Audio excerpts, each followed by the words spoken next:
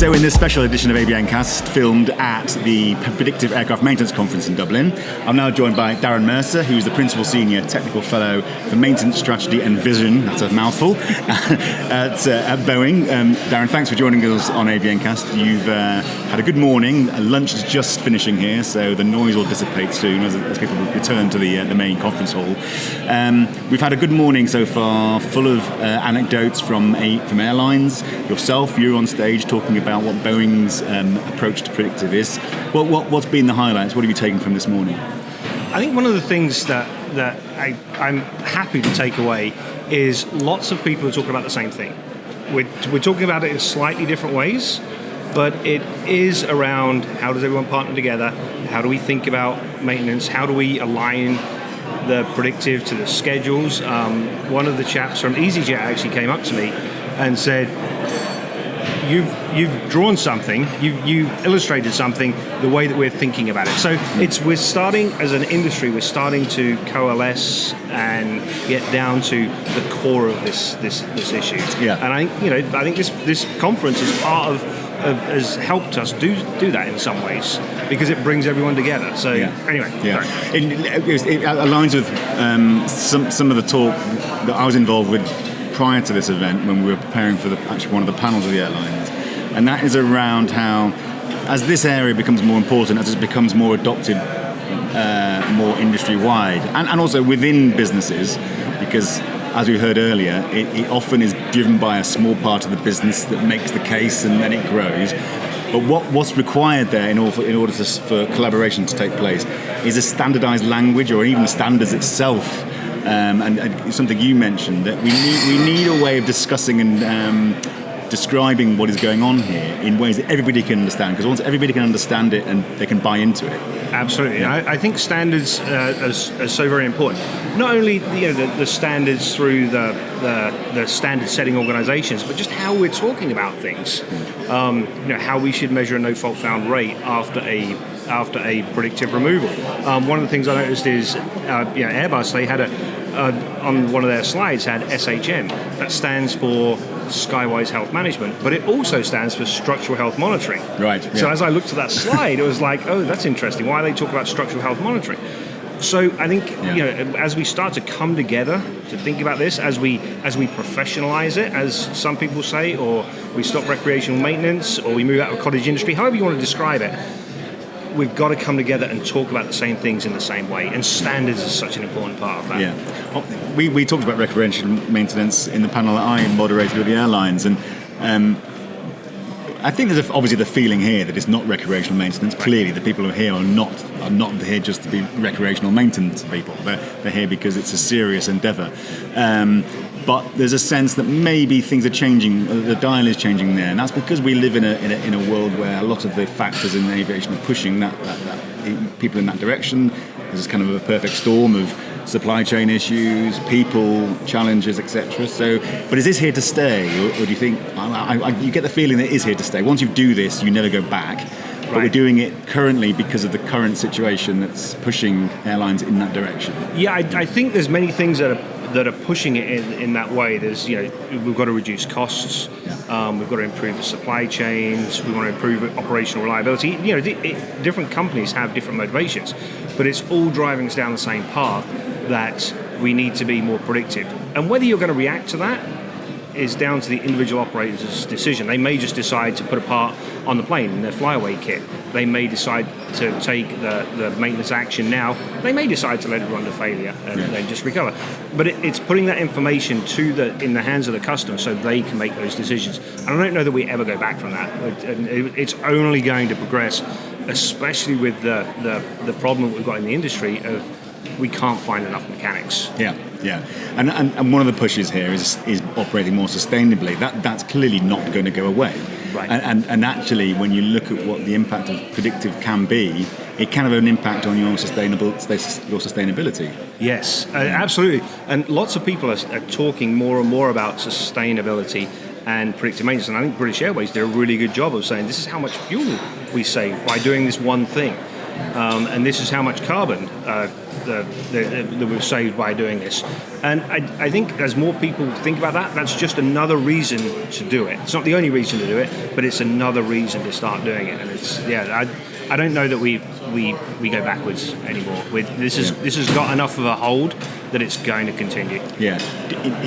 In that, do you think actually rate of progress is only going to actually speed up? I say that because there's a lot of machine learning, but AI involved in predictive, and the rate of progress in AI, just generically, is baked in. It's going to be such that we're going to struggle to understand the speed of change because it is exponential. Yes, I see that it's speeding up, and I think AI is a good example of that. It's allowing us to more quickly find features. It's allowing us to more quickly come to understanding and pull together all these vast amounts of data. That's allowing us to far better understand that. So I think the AI is going to really help with that progression. It's not necessarily going to solve the problem for us, but it's going to help the engineers find the solution to the problem. Yeah. You're a regular attendee to this event. I think I remember you being in the London event a couple of years back, my first one. Clearly today you can see it's growing and it's got momentum behind it. What do you put that down to? It clearly reflects something significant going on in the sector. Yeah, I think it is the desire across the industry to do this, to get more involved in predictive maintenance, to make it more ubiquitous with operations.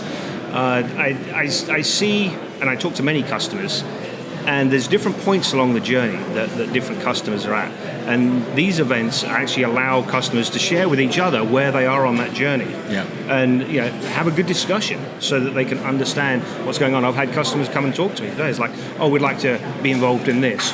Or we're just starting our journey and how do we think about this? So I think this is filling that need to show how predictive maintenance is actually being operationalized in our industry. Yeah, you showed you had your Venn diagram on. I think it's as you said, this isn't a new Venn diagram. It's been talked about for a while, but it essentially shows the different stakeholders, doesn't it? And actually the way that yes, there's an OEM element to this. There's obviously the operators. There's even the component manufacturers. Yes. You've got to somehow put predictive in the whole from the beginning, because it was in there from the beginning. It kind of works better. There's more trust throughout the ecosystem. Absolutely, and as we're seeing more of that collaboration, we can take what we're finding from customers and the insights that we're gaining and driving that back into design, whether that's design inside of Boeing or redesign inside of suppliers, and that could be how they're designing their components or how they're testing their components, and they're actually starting to partner more and more with us so that we can just create better content for the customers, and that ends up in more accurate predictive content. Yeah, and that stakeholder Venn diagram, I mean, the effectiveness of that does come down to that word collaboration. You did mention it a few times and got a few bingo points for mentioning collaboration, but is everyone looks to actually often to the OEMs to say, well, you probably are the key mover in being more collaborative. Is that fair, or are you open to any sort of a collaboration? Yeah, or becoming more open to it. Yeah, so we are happy to collaborate with anyone. We recognise the position of the OEM. It's a Boeing aircraft or it's an Airbus aircraft, and there's a whole bunch of components that are put on it that are made from different suppliers. And the customer, looks to Boeing to integrate that. We are very good at integrating all these different aspects of the issues that are happening, and we have the reach and the ability to talk to them all. So I think people are looking to the OEMs to enable that collaboration, and we're happy to collaborate with anybody on the content of these things. There's very little IP in an individual alert. It's like, how do we make it better for everybody? So that collaboration becomes very important when you start thinking that way, so that we all get together to solve a problem on an aircraft that's causing a schedule interruption or a cancellation. Yeah. Look, our time is up. Also, sessions are about to start. There's not many seats available through there, so I want to make sure you're not standing. I need to get a cup of coffee as well. You do. Thanks, Darren, for joining us. Thank you, sir. Great pleasure to see you. Thank you. Right, so joining ABN Cast now in one of these special editions that we recorded at the Predictive Aircraft Maintenance Conference is Jeff Smith, who is the head of Digital Product Program at Parker Aerospace. Jeff, That is correct. Thanks for joining us. I got that correct. I read it off the program. So thanks for joining us on ABNcast, and thanks for coming to PAM, and also thanks for moderating a session just a few moments ago, actually. Yeah, you're very welcome. Yeah, no, great job. Now the session was can be a dry subject, the area of regulation and standards. But it's an important one, and it's important that we addressed it during this week's event.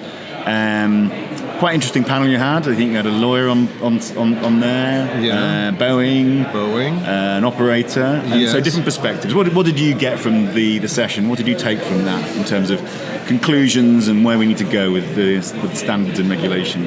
Well, the main thing that kind of came out to me is that you've got, the primary players of the FAA and EASA. They have taken two separate angles in being able to approach predictive maintenance. I mean, certainly with EASA, talking about the ability to, certify an aircraft. You've got something like the FAA who's just trying to provide some direction. I think that over time, being able to harmonize those approaches. I mean, if you've got two different angles that you're dealing with, at some point you can have some confusion in the market. And, how do people address that? I mean, at this point, it's really, I see predictive maintenance as kind of a decision support tool. You don't have artificial intelligence running on the aircraft. I mean, most of this happens offline with the flight data. On the ground, post-flight or something. That's correct. So it's not in operation. It's not operational in that sense. So the safety concerns are less so than if it was being used in a live environment. Correct. But you have things like advanced air mobility, where you're starting talking about AI in the avionics. I mean, if you continue to kind of follow that bouncing ball, at some point you have AI, on the aircraft, and there's been a lot of work on the SAE G34 committee that is, trying to hash some of that out. But that's going to be some years into the future. But that's true. That emerging advanced air mobility sector, which I think we'll see come quickly now. I think that the hardware's there. Is probably going to push the boundaries of what's allowable on the regulation side, because there's going to be so many of these things flying around. They won't necessarily need, in fact, having pilots might be less safe than being run by automation or AI. And so they're going to push the boundaries, aren't they? And they're going to say, look, we think this is acceptable, and the regulator's going to have to look at it. Well, it's a hotbed of innovation. Things are moving fast. Certainly having the regulators kind of catch up to that in terms of being able to certify those aircraft. And of course, you're right. I mean, people are talking about, do I even need a pilot in that configuration where it's completely autonomous? I just get in and it takes me somewhere.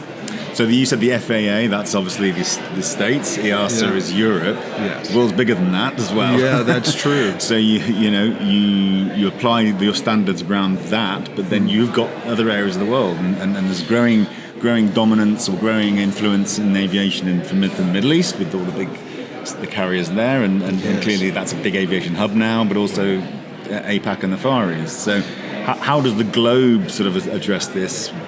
And not be sort of regional and therefore a bit fragmented? Well, I think that, if you look at something like the Middle East, where, an advanced air mobility company like Joby is looking to make some inroads and to make some sales for their aircraft. So they're going to run into that pretty quickly. If you look at some place like China, which can somewhat be walled off from the rest of the world in terms of the way they handle aviation, you have, dozens, if not hundreds, of advanced air mobility companies. So they are going to be driven, through that process to come to some regulations and deal with some of these issues before maybe Europe or even the US. Yeah. The feeling on the panel was, look, the worst thing is that we have to do things twice. It's a waste of time. Really, and particularly when the end point is the same as well. So why have two routes to the same end point? That's correct. And that just requires some degree of regulators talking to each other and keeping up with what's going on. That's often the hard bit. The regulators themselves don't have the insights or the expertise to understand what's possible. this week we've been talking to everybody who's pushing the art of the possible. Correct. But you have to bring the regulators with you on that journey, don't you? Yeah, I mean, I find that just the kind of the general configuration of something like EASA, things kind of bubble to the top whenever you have the community really lobbying EASA about direction and finding some way and what kind of permission and what kind of things need to be in place. And that's kind of the way that those things kind of bubble to the top for that. I mean, take, for instance, EasyJet for, many years ago were using drones to do inspections around like lightning strikes. But of course, the rest of the industry in Europe has started to look for direction from EASA. And then, of course, they come into the picture and regulation starts to emerge in that kind of situation. So, the FAA takes a different approach. I think that... Go ahead. There's a sense often that in the States, the regulators are a little bit more permissive. They're a bit more... There's a sense certainly in Europe we like to regulate. I think sure. That's the common phrase. Yeah. US innovates, Europe regulates, and China emulates. But is that the same? Is that what's happening here? Is in Europe a bit too keen to regulate, and as a result, regulation becomes a barrier rather than an enabler? I think it can be, but if you look at something like the FAA, where they're focused on safety critical things. Things that are safety critical, and if as I mentioned earlier, operators and OEMs such as myself are looking at predictive maintenance and machine learning as kind of a decision support tool to really figure out the health and well-being of a part versus that kind of technology entering into the aircraft, which can bring up questions about safety criticality. So I think there are people that are observing it and trying to figure out where that is. But I think it's going to be some time. Yeah. You mentioned an OEM such as yourselves at Parker. Outside of the session that you were involved in, what have you taken from this the last 2 days in terms of the adoption and the attitudes towards predictive? It's clearly moving quickly, and I think we've seen it over the last 2 years running this event that what people are talking about is changing. There's far many more case studies. The airlines are prepared to come along and talk to us about what they're actually doing, not what they want to do. I sense it's really changing and happening now, isn't it? And do you get that impression? I do. I do get the sense of excitement. I do get the sense of adoption. I mean, I've got the benefit of this being my third PAM. I did go to PAM in Singapore, so start to kind of see that population really come and participate. But I think that this year, among others, you have more airlines participating. This seems to be the richest kind of conference setup that you've put up, and people are engaging. And I think it's really great to see airlines talk about how they're approaching it, what they're doing, what's working for them, and how they're utilizing software and integrating that into their operations. So I think this has really been the best setup so far. And what are you doing at Parker then? What's your focus? Yeah, good question. And the reason that PAM is really important for me and to be here and to meet with others in the industry is to know, where do we see outside of our organization the adoption of this technology? But to answer your question more directly, the thing I'm focused on are really two things, which is the parts that we make, where do they go after we make them, and being able to have the full life cycle traceability of those parts, which have a lot of knock-on benefits not only for ourselves but also our customers. And then as we relate to the things at PAM, I'm in the process of building predictive models on our parts so we can communicate to our customers when our part is not performing up to what we think it should. So this is sort of baking in just even the mindset of predictability in the parts manufacturing from the beginning. If you bake it in from the beginning, it clearly lives with that part through its life cycle. It makes life a lot easier. There's greater visibility. Well, you have kind of two. You have an immediate payoff and you have a long-term payoff because clearly we're trying to iterate our product over time. But today being able to reduce AOGs, the ability to increase the customer experience and the value of that around the operation of our parts to help them avoid any operational interruptions. But all of that data and all of that learning, being able to take that back to our manufacturing divisions to figure out how to configure any service bulletins or any kind of products that they want to make in the future. What do the next generations look like? Because we have a better understanding of the operating conditions while it's on the aircraft. And how the previous version of that product is performing. Yeah.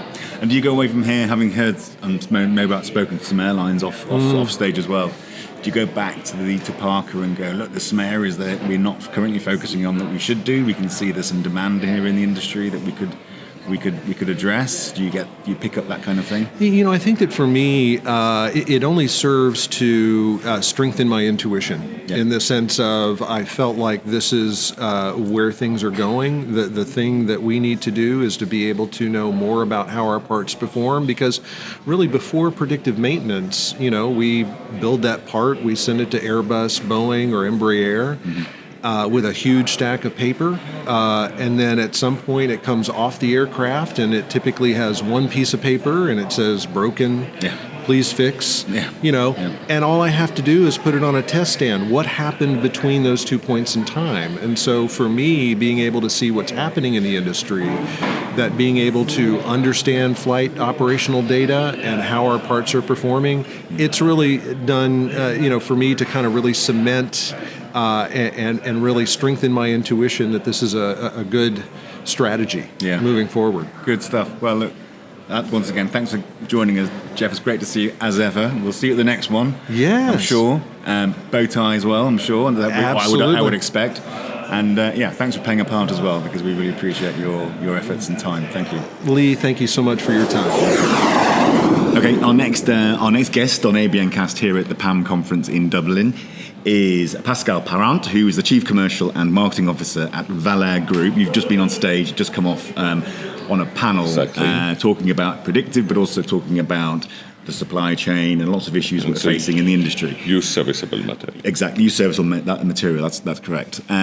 Just quickly, before we start, just Vallair Group, just tell us a little bit about what Vallair Group is and what it does. Vallair, we're an integrated company that provide MRO onto site, Montpellier and Château. Yep. It is base maintenance, aerostructure.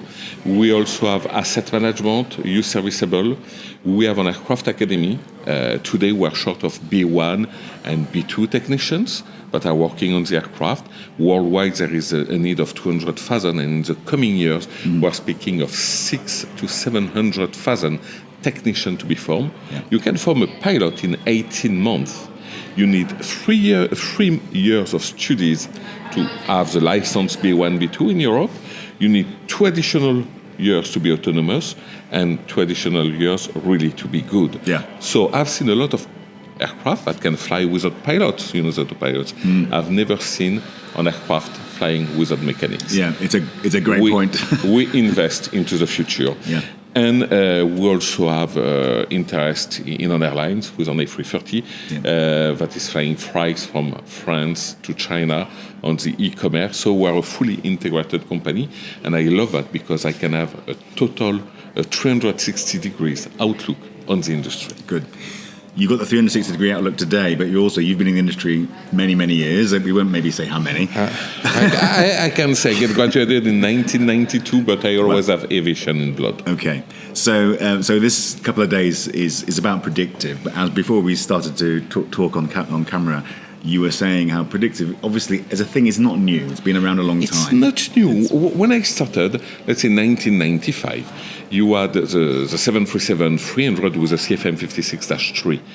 And already all the engines, even the GT8, they were monitored by trend monitoring. It was access to either oil consumption or metal in oil that will indicate a bearing number 4 deterioration, vibration, EGT margin.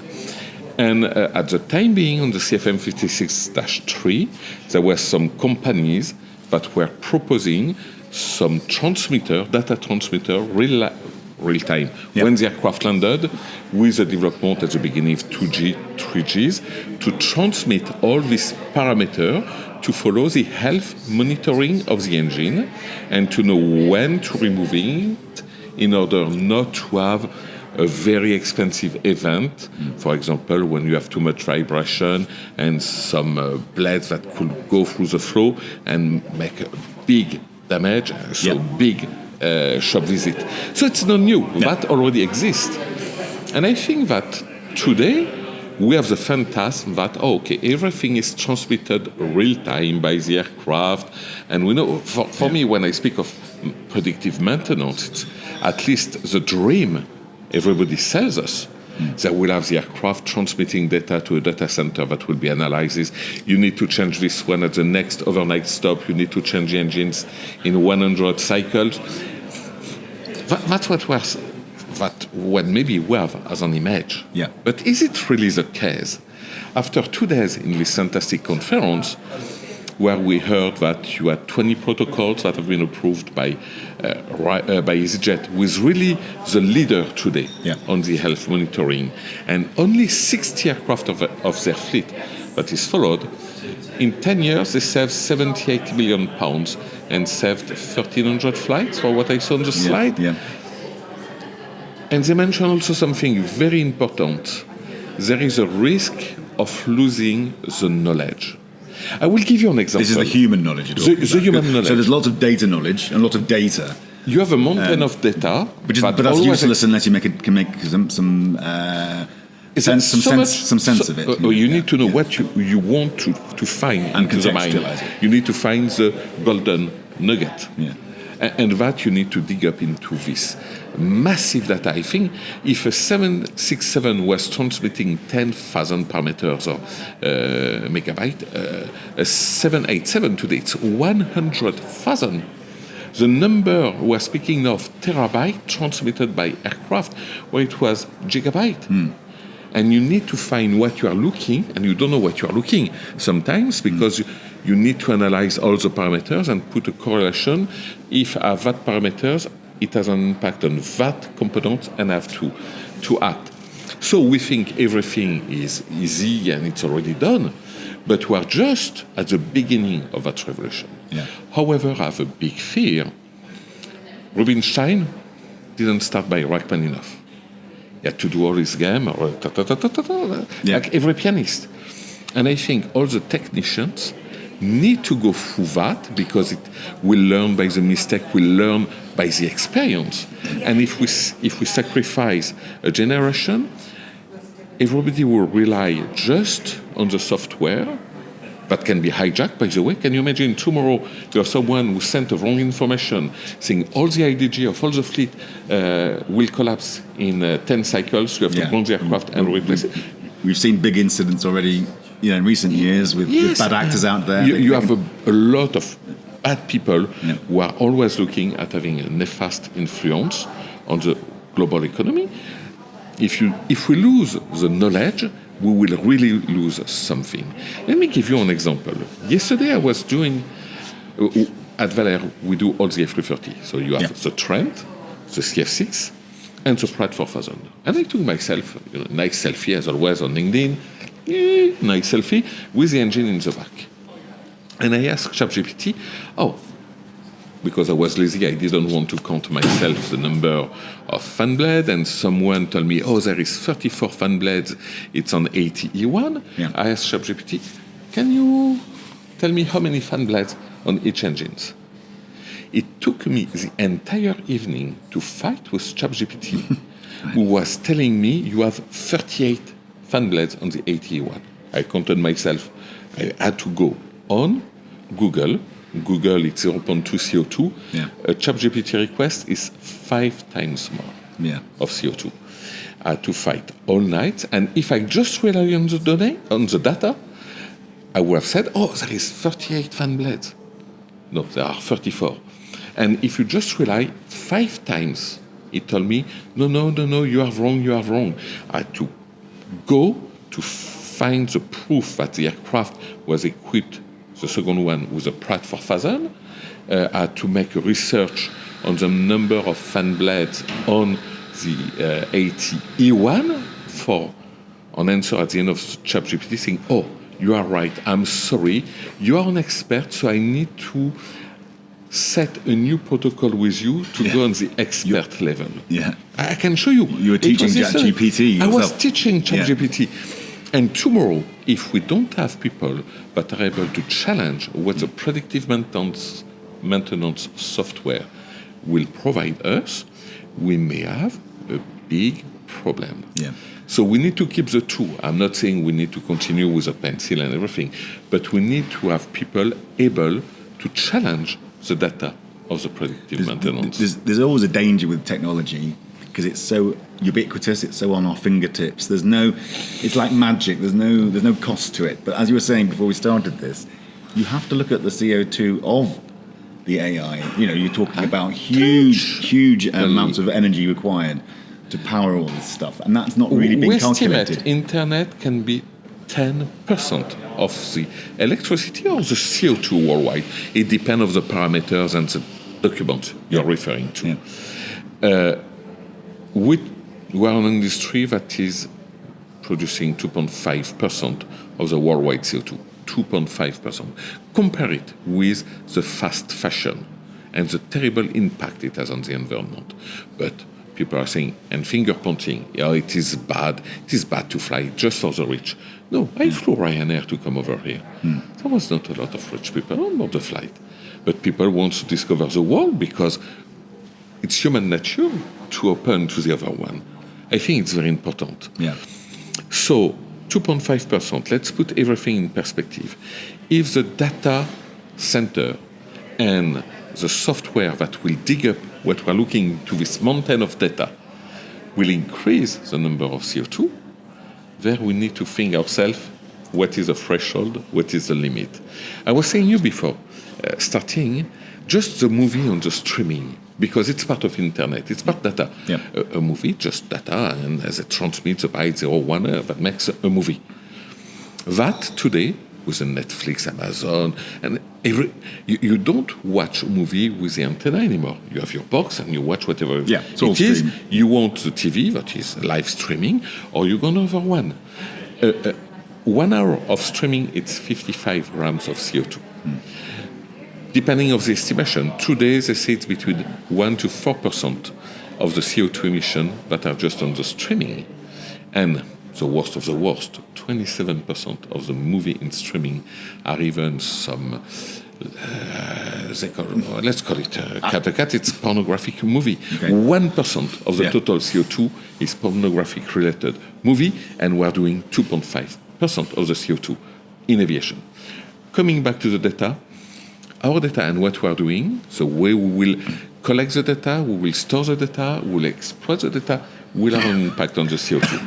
For me, I am just someone who is pragmatic.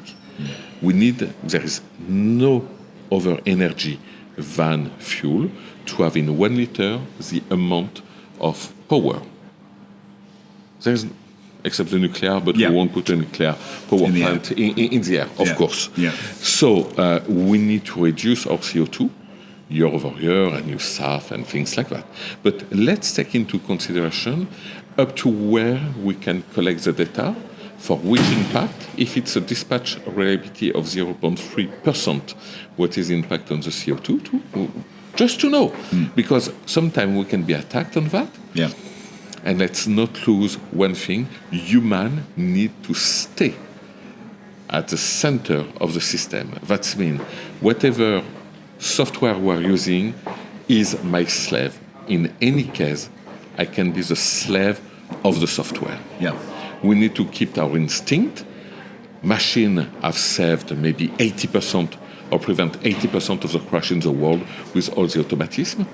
I had the chance to meet with Jeff Skilles, the copy of the first officer of Sully, Miracle on Sun. Yeah. I asked him, were you scared? He said, no, because we knew what we had to do and we knew we will do it. I said, you are on hero. I said, no, I just did my job. So let's keep our instinct too, because 10% of the flights, the Qantas A380 Miracle of Hudson, they have been saved by the pilot, by even more, the aviator instinct. So even on the MRO, we need to keep our instinct. All the tools need to be our assistant, but in any case, we must become a slave of the tool. Yeah.